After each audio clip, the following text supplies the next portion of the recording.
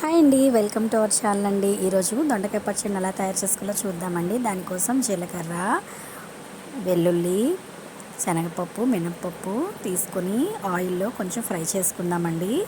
ఇలా ఫ్రై చేసుకున్నాక దొండకాయ ముక్కల్ని చిన్న చిన్న ముక్కలుగా కట్ చేసుకొని వేసుకుందామండి. అలాగే ఒక 4-5 పచ్చిమిర్చిని కూడా తీసుకొని వేయించుకుందామండి. ఇది కొంచెం వేగాక ఒక టమాటా పండుని కూడా ఈ దొండకాయ ముక్కల్లో వేసి ఒకసారి మూత పెట్టి ఫ్రై చేసుకుందామండి. కొంచెం మగ్గాక చిన్న చింతపండు తీసుకుందామండి. ఇంత చిన్న క్వాంటిటీలో తీసుకుందాము. ఒకసారి మళ్ళీ ఫ్రై చేసుకుందామండి. ఇదంతా ఫ్రై అయింది కదా, ఇప్పుడు వేయించి పెట్టుకున్న పల్లీలను వేసుకుందామండి. ఇప్పుడైతే ఇది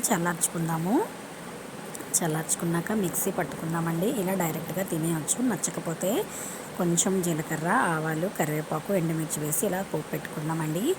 చాలా బాగుంటుందండి. ఒకసారి ట్రై చేయండి. వీడియో నచ్చితే ప్లీజ్ లైక్ చేసి సబ్స్క్రైబ్ చేయండి. Thanks for watching. నమస్తే.